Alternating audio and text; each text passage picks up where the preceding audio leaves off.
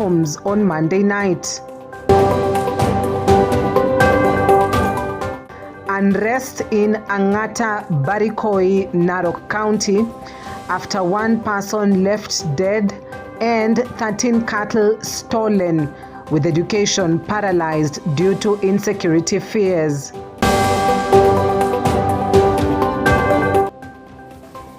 Thank you for joining us. Our sign language interpreter tonight is Laura Omondi. My name is Cynthia Nanjala.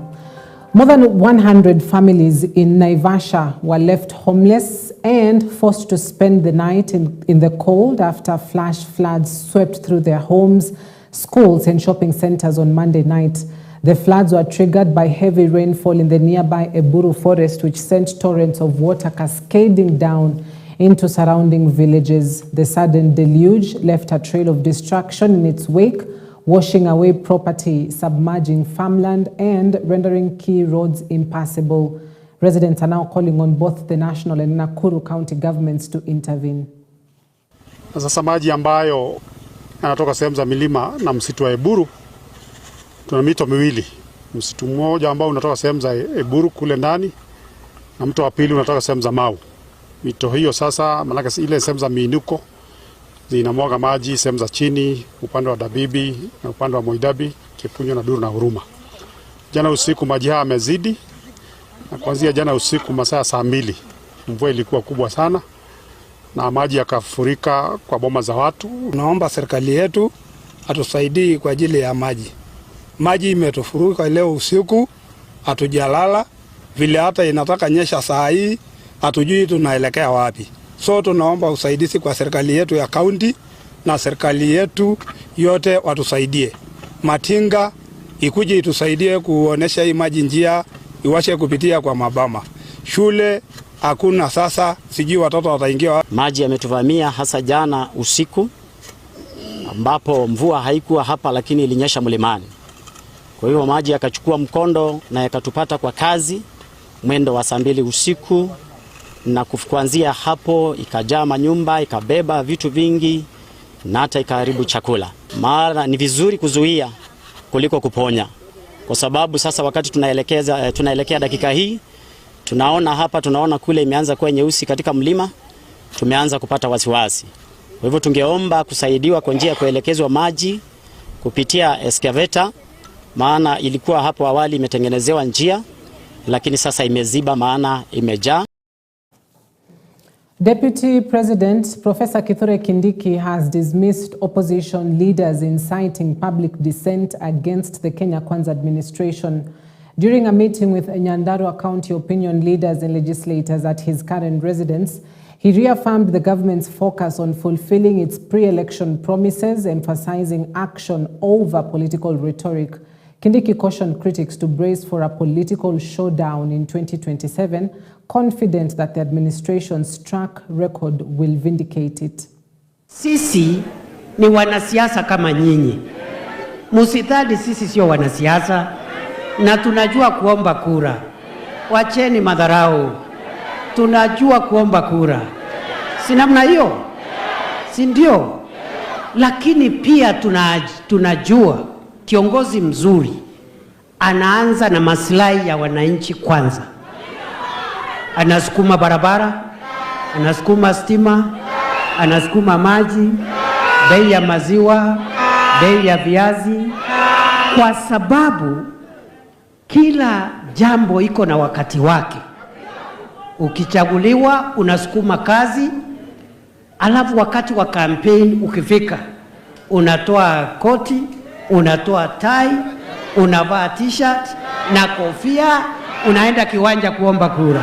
Vile vile tunajua ya kwamba katika mambo ya siasa, mwananchi siku hizi anataka kusikia wewe kama kiongozi, wakati umekuwa mbunge, wakati umekuwa MCA, umekuwa governor, senator, ama hata rais wetu, umefanya nini siku ile umekuwa kwa ofisi.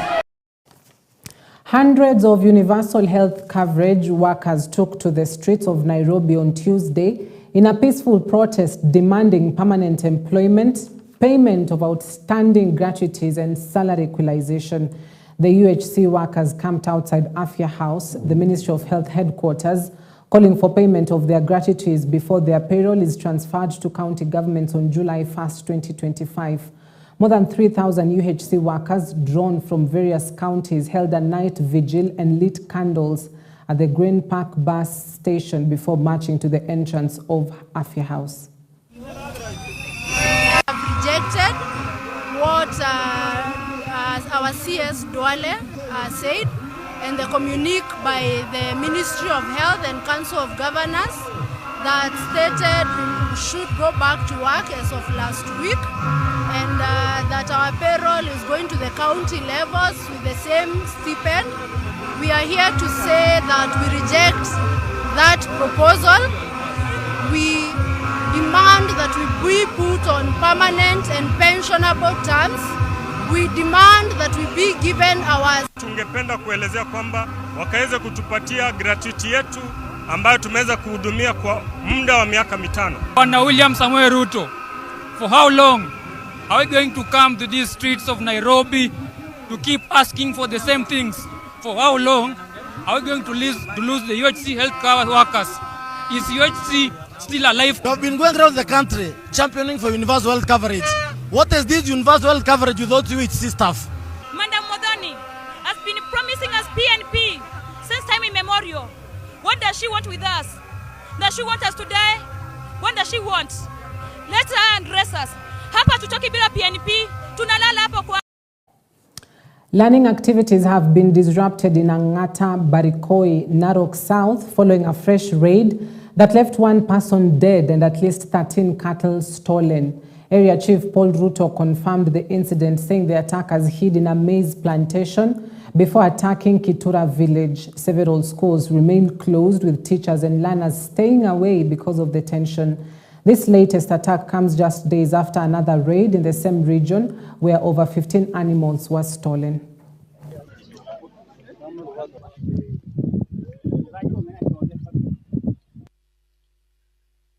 Sisi tumegundua kwamba uwizi ya ng'ombe hapa inafanywa na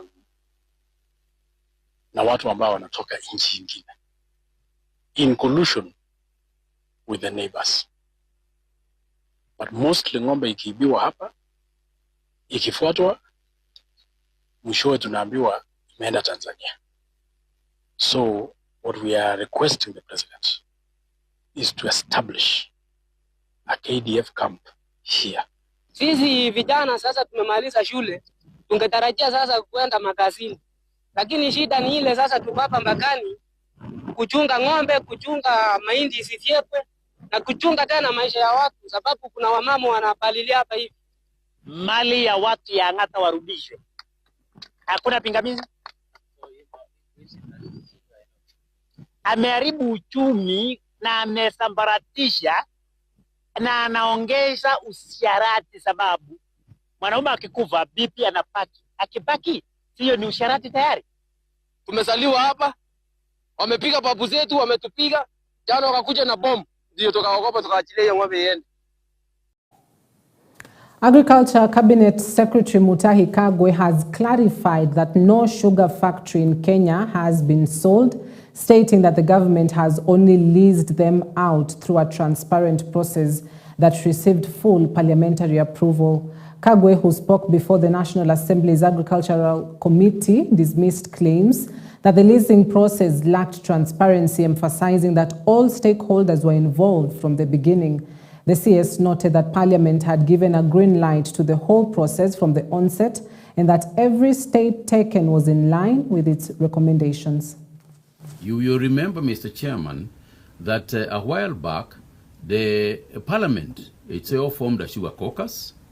Parliament is the one that debated the issue between whether they should sell these sugar factories, and it was Parliament that eventually decided that what they should do is not sell the factories, but actually lease the factories. Even though, you know, some people had actually agreed and signed for the sale of the sugar factories. So to begin with, there is no selling of the sugar factories that has been done. So that eliminates the issue of a shareholding, because if you are selling something, you can now own shares in it. If you are leasing something, what you are leasing essentially is just management. In a bid to recover billions of shillings in unpaid land rates, Nairobi County on Tuesday launched a sweeping clampdown on buildings in the Central Business District CBD, marking the beginning of a far-reaching campaign targeting landowners who have long evaded their obligations. Tiras Njoroge, the Nairobi County Receiver of Revenue, led the operation's first phase, expressing both determination and frustration as county enforcement officers clamped several buildings with significant arrears. The operation, which began in the heart of the city, is set to expand to high-end residential and commercial areas starting Wednesday. Down on plot number 209, which has 2 subplots here, which owe the county around 4 million shillings. So the activity essentially is that we are going to put on the building that this now belongs to Nairobi City County until all the debts have been cleared. Then we are going to get into the buildings. We are going to register all the tenants into our Nairobi Pay system, and we are going to teach them how to make payments. Every single end of the month, we will expect them to remit the to be remitting their rents to Nairobi City County government until these properties are fully paid up.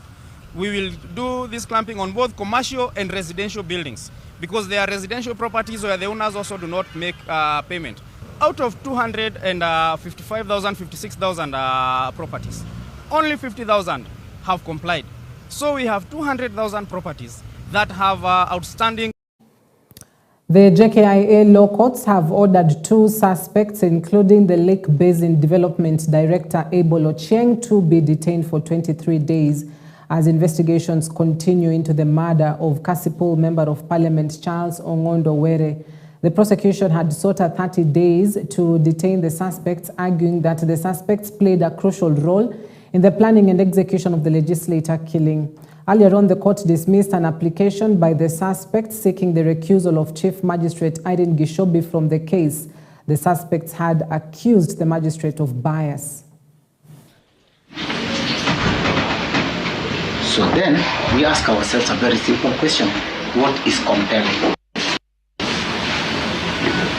The prosecution has made a weak attempt of trying to show you what compelling is.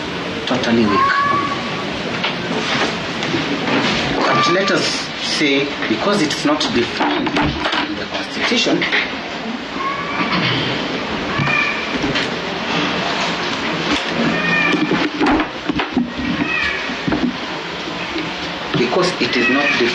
Constitution, then we have to fall back to what the actual definition of compelling is. So what do? We go to the dictionary or we go to the thesaurus? And let us go to the dictionary. What does it say?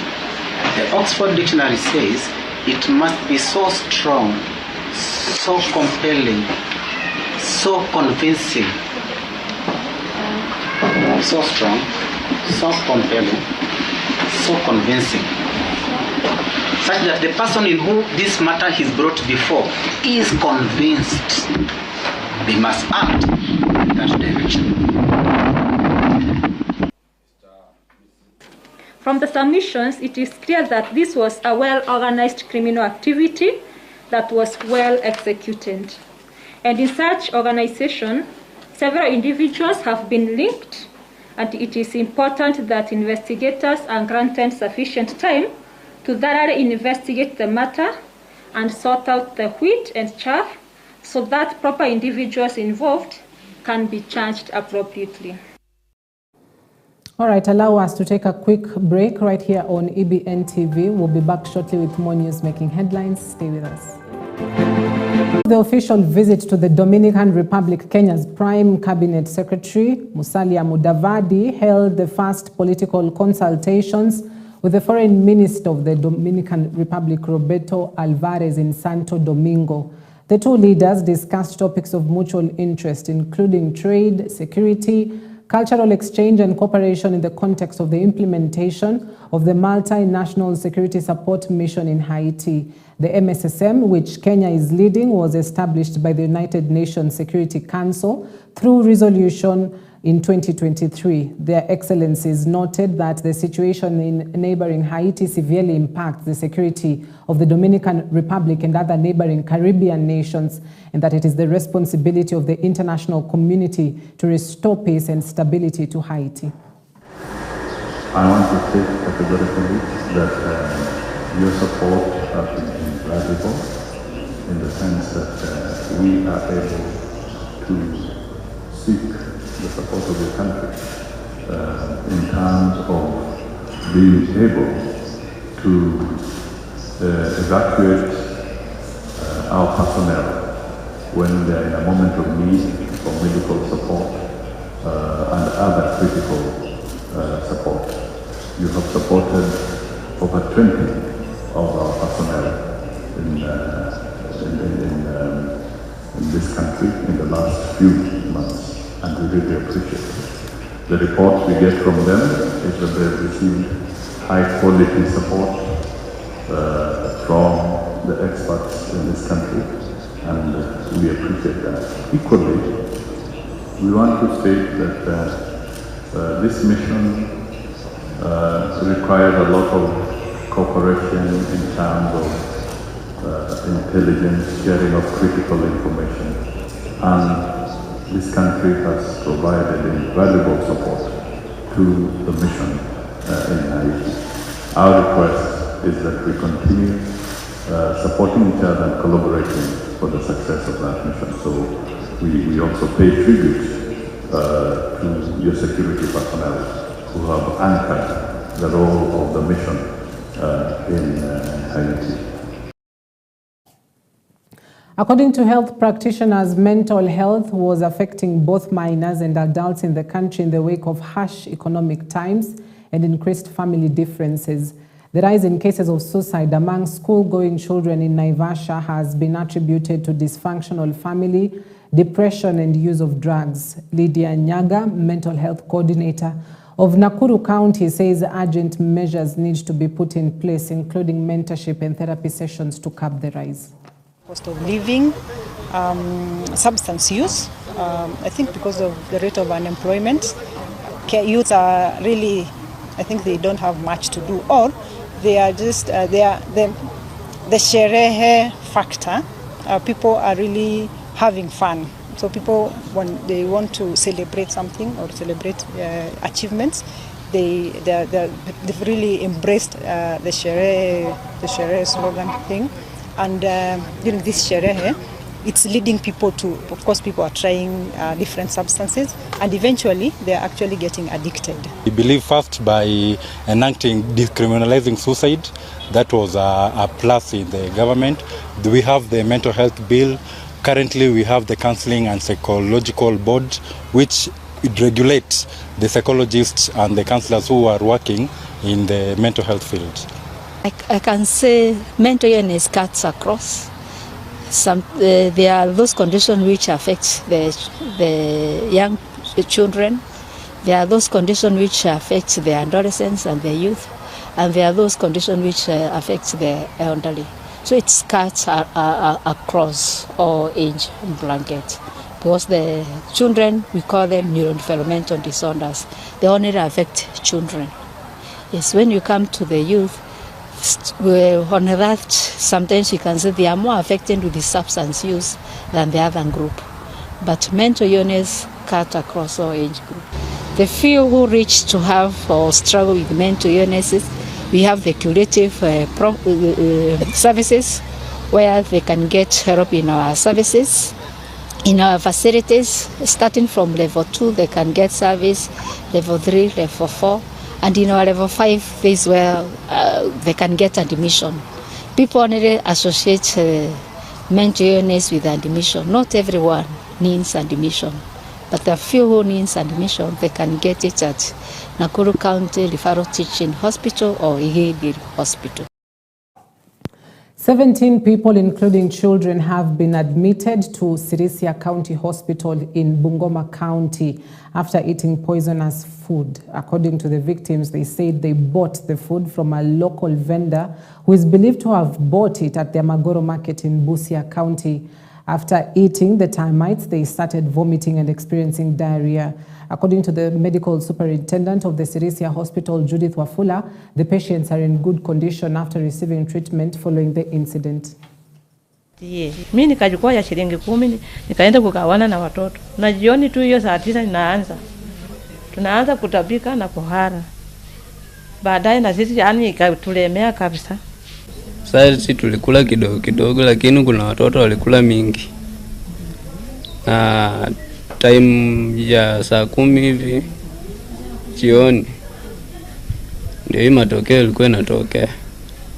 Tumeweza kuanza kupokea wagonjwa kuanzia muda wa saa 1 jioni ambao walikuwa wanakuja wakipresent with the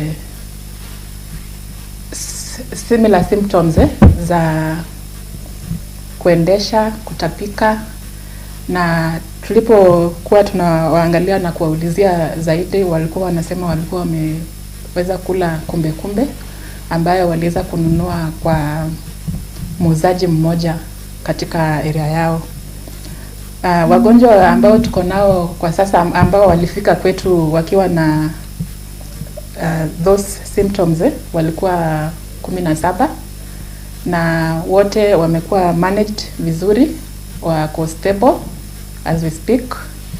Some are still in the wards but are due for discharge. He advised those who are having the symptoms of diarrhea and vomiting to visit the hospital, and all of them came, who are right now on treatment, and they are stable as per now. Now we are trying to educate the community that they need to observe hygiene, it's personal and environmental. All right, that story was produced by Duncan Koba, who's our correspondent from the western part of Kenya, Bungoma County in precise. And that wraps our bulletin tonight. Thank you for watching. My name is Cynthia Nanjala. Our sign language interpreter tonight is Laura Omondi. We wish you a safe and a blessed night.